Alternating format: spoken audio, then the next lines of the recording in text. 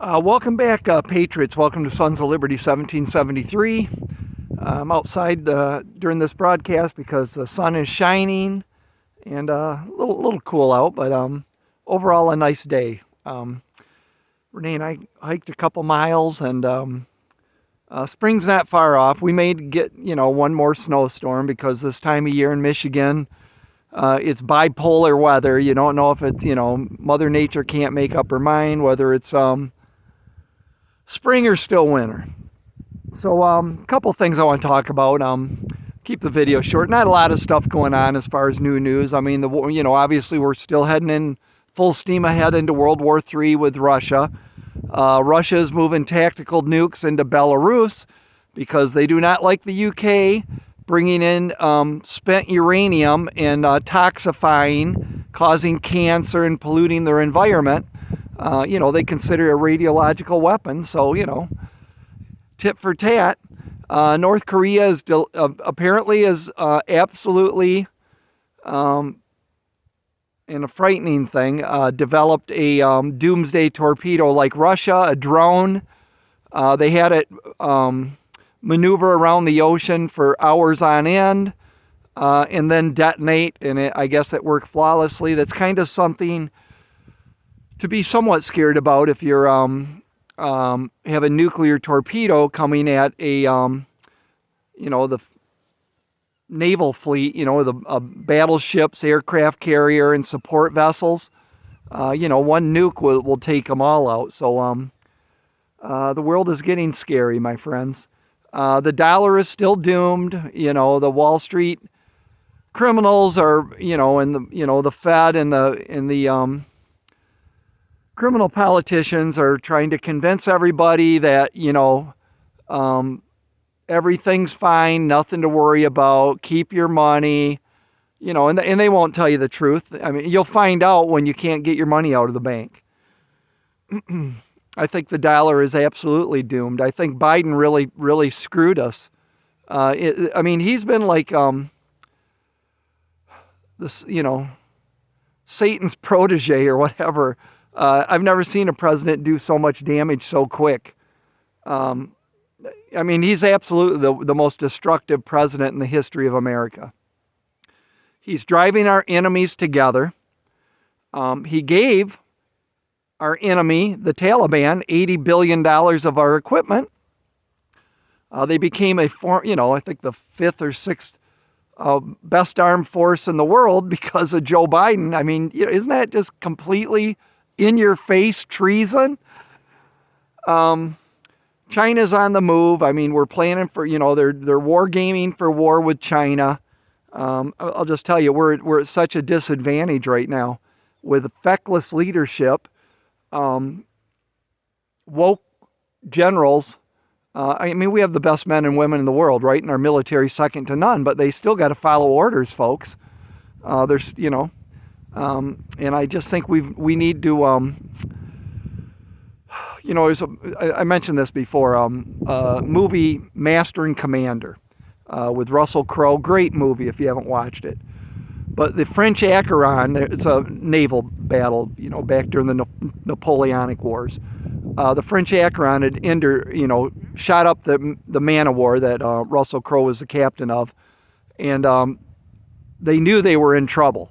And so they go, we got to get out of here. We got to run and fight the battle another day.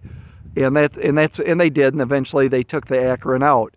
But we need to survive these times right now. I think in one thing he said, we need to run like we're smoking oak or something. We need to survive these times until we get real leadership. And if we don't change the commander of this country in 2024, we're doomed. And it needs to be Trump. Trump is the one that can get us out of this mess. And we need time to rebuild our military, to get the right leadership in our military.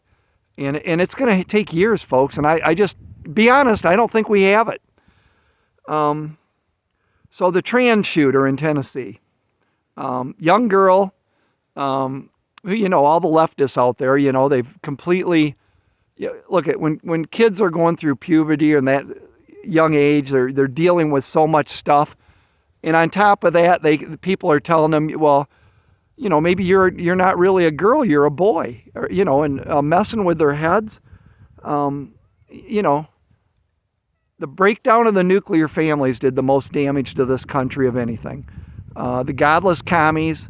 We're just not, I'm not speaking about most of the people that watch this channel, but as a society as a whole, we're not a moral nation anymore. And, our Constitution was only made for a moral people. And there's no virtuous people, It's a word our founders used a lot, virtuous. We need godly people that believe in the consequences, right? Thou shalt not kill. God created Adam and Eve. He didn't create Eve and Eve or Adam and Adam. It's the biblical relationship. And, I'll say it because I'm a Christian. That is the biblical relationship. And, hey, I've known some gay people. They're fine. I got no beef with them. Each to their own, right? It's a free country. But, when it comes to the Bible and God, it's a sinful relationship, just like adulterers and everything else. There's he that cast the first stone, right? Where this nation is going is Sodom and Gomorrah, and, we're fortunate. And God is a patient God, but, as the Bible shows, when he loses it, watch out. So, keep praying and keep prepping. But this trans shooter had wrote a manifesto, and went in, and who did she kill? Where did she attack? A Christian school, right? Killing Christians. It's a hate crime. This is what this is. And the left's all boo-hooey over her. Forget the 6 innocent Christians there that did nothing wrong, except, we're at the wrong day, wrong spot. And the other thing with this trans shooter, she's going to go to a different school first, but they had really good security. And the left right now, they won't talk about, and they're trying to say there's been hundreds of mass shootings because they count anybody that gets shot a mass shooting. But yeah, I think we know what the definition of a mass shooting is, and there really hasn't been that many. Just in the last year, I think they're saying there's hundreds. Chicago's a mass shooting event every weekend. You hear them boo-hooing over that? No, they're not. But it's about tyranny and taking our guns away. They don't care about people, the left. They don't. But they do know that we're a formidable force when we're armed, and that they probably can't do a lot of the stuff they want to do to us until they disarm us. And so it's all about taking our guns away. And if we ever lose our guns, then it's totally over. It's dystopian, dark ages, tyrannical, a tyrannical government, probably the likes of which the world's never seen. So that's that. And the FBI took this young lady who's messed up in the head. I feel sorry for her that she's a disturbed person. But she had told her friend she was going to do something, and she had wrote a manifesto, and apparently the FBI took it, so we're never probably going to see it, right? Or they'll rewrite it to, fit the narrative. And I don't hear anybody, bitching about, look, the world is turning evil. It's upside down world. They're gaslighting the hell out of the population, telling them that evil is actually good. Evil is actually good. And the people are, it amazes me how people are such zombies. They're like mind-controlled zombies. The liberals tell them what to think, and okay, that's what I think now.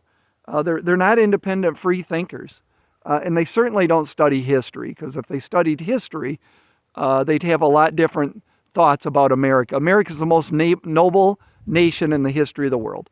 Is it perfect? No, neither are you, neither am I. Neither is any other country. We all go through the cycle of life, right?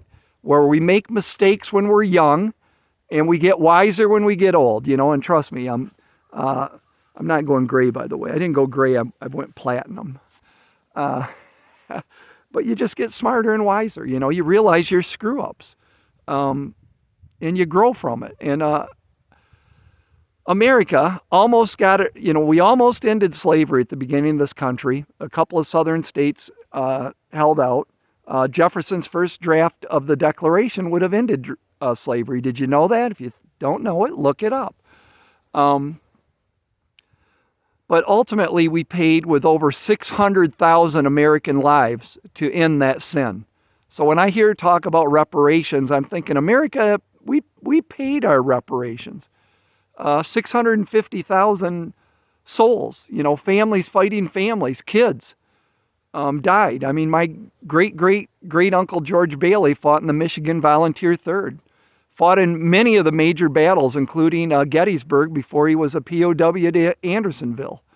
So, and there's so much wonderful black history at the founding of this country. I mean, patriots that fought and died or fought and lived winning our independence.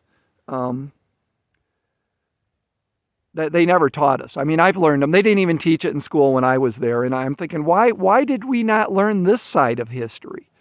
Especially the communists don't want us to know because they want to keep us divided. That's what communism is. You divide the people. You divide the people, but eventually you want them to worship their golden calf, which is government, and follow orders. And that will never be me, never be me. Then the other thing I wanted to talk about is John Fetterman. Anybody seen Senator, right? Senator Fetterman? Anybody seen Senator Fetterman lately? I think he's mentally incapacitated, my opinion. I mean, I don't know this. I'm speculating. Or maybe he's not even with us anymore. They showed a picture the other day. 2 pictures, and they're both supposed to be Fetterman.